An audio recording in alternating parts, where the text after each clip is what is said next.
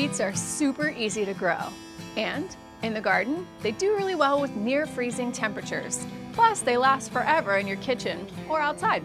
They're going to give you a huge, colorful harvest with great textures and tons of earthy flavor. I'm Laurie March, and today I'm going to show you how to grow jewel-toned beets. They're vibrant and beautiful, and they actually taste a little bit sweeter than your standard beets. Beets are a root vegetable, which means you're going to have to start these babies outside in the garden. They don't like being transplanted.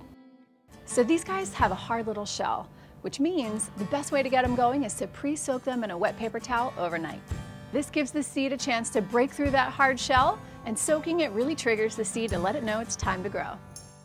Now I'm gardening in a raised bed because the raised bed makes it a lot easier on me since it's off the ground, but also it really benefits the beets because I can put in nice soft soil. Let's talk dirt.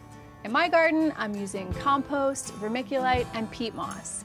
Now these three are going to guarantee me an amazing yield, and my beets are going to be super happy.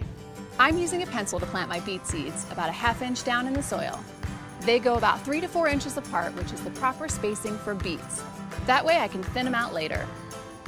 Something cool about beets is that each seed is technically a seed cluster. So from one seed you could get 5 or 6 seedlings. Hey, that's kind of cool. I drop them in and I give the dirt a little brush to cover them up. All right, bring on the water. Now beets require really even watering to form properly, which is why, lazy me, I installed a drip line. You could also water these guys the old-fashioned way. Just make sure you cover them nice and evenly. Once they've sprouted, it's time for a little bit of tough love. Our beets really don't do well if they have to struggle for resources. So you want to cut and thin them down to about every 4 inches or so.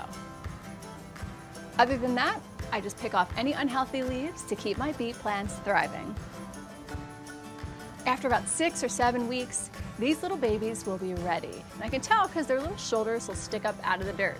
The easiest way to harvest beets is with a little muscle.